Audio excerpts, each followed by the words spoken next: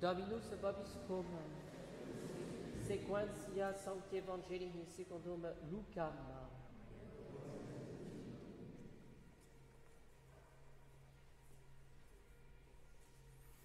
En ce temps-là, Jésus dit à ses disciples, « Que vos ceintures soient serrées sur vos reins et vos lampes allumées. Soyez semblables à des hommes qui attendent leur maître à son retour des noces, afin de lui ouvrir aussitôt qu'il arrivera et frappera. Heureux ces serviteurs que le maître trouvera éveillés quand il arrivera. En vérité, je vous le dis, il resserrera sa ceinture et les fera mettre à table et passera pour les servir. S'il arrive à la 2e ou à la 3e veille de la nuit qu'il les trouve ainsi, heureux sont-ils. Sachez-le, si le maître de maison savait à quelle heure le voleur va venir, il veillerait et il ne laisserait pas forcer sa maison. Soyez prêts, vous aussi, car c'est à une heure où vous n'y pensez pas que le Fils de l'homme viendra. »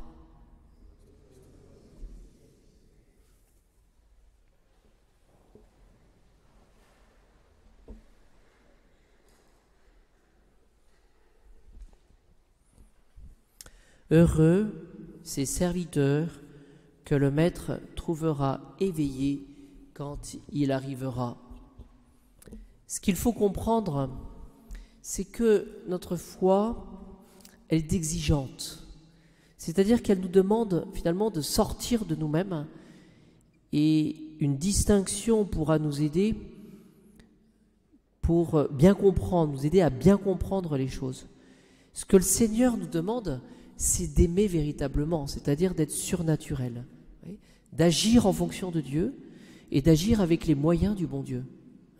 Et ce que le bon Dieu nous demande, finalement, c'est de laisser de côté tout ce qui sera trop naturel, trop humain, l'exigence de la foi. Alors c'est ce que j'aimerais prouver ce soir à partir de cet aspect de la vie de Saint Jean de Saint-Facon, donc 430, naissance 479, le moment de sa mort. Et il avait connu, Jean de Saint-Facon, une maladie douloureuse.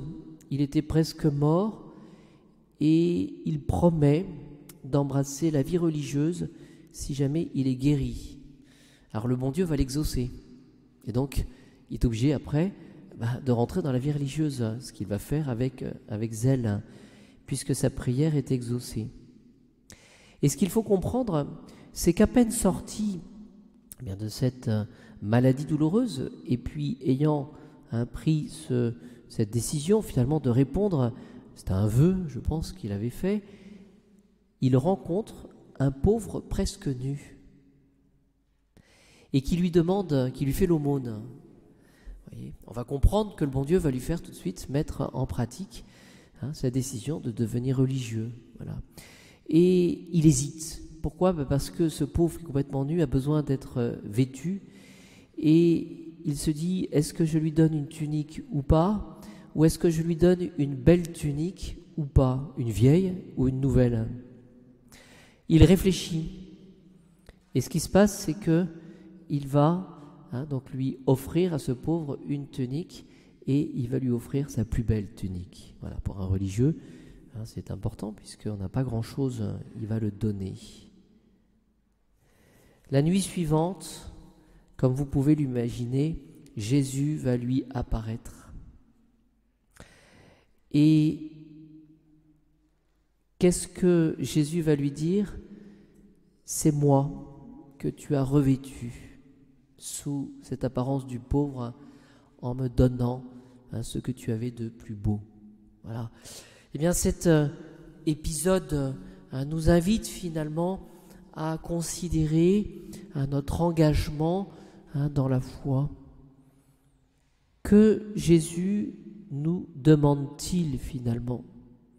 Il nous commande d'aimer, mais de n'est pas simplement d'aimer nos amis, mais d'aimer nos ennemis. Il nous demande aussi de prier pour ceux qui nous persécutent. C'est exigeant cela. Finalement, c'est ce que nous retrouvons dans le Sermon sur la montagne. Jésus exige de chacun de nous d'être parfait, comme le Père Céleste et parfait. Voilà. C'est cela l'exigence de Jésus, c'est cela qu'il faut exercer pour pouvoir gagner le ciel. Alors évidemment, le défi, il est compliqué mais simple à la fois. Il est compliqué parce qu'on voit bien que aimer, prier, faire du bien à ses ennemis, c'est compliqué. Voilà, ça demande un effort. Et ce que le Seigneur nous demande, c'est de comprendre, voyez, qu'il ne faut pas... Jésus, nous montre le chemin du ciel et il nous montre plus précisément la sagesse de Dieu et non pas notre propre sagesse. C'est ce que je vous disais tout à l'heure, ce que le Seigneur nous demande, c'est d'agir avec foi, avec espérance, avec charité. Il nous demande de nous dépasser nous-mêmes. Il nous demande finalement de compter sur la grâce, de compter sur son aide, sur sa puissance. Jésus finalement nous dit de ne plus nous contenter des promesses du monde. Il nous dit de nous mettre à l'espérance, voilà, et qui n'est pas à mesure humaine, mais qui nous demande, si nous réfléchissons, d'entrer dans le mystère de Jésus-Christ.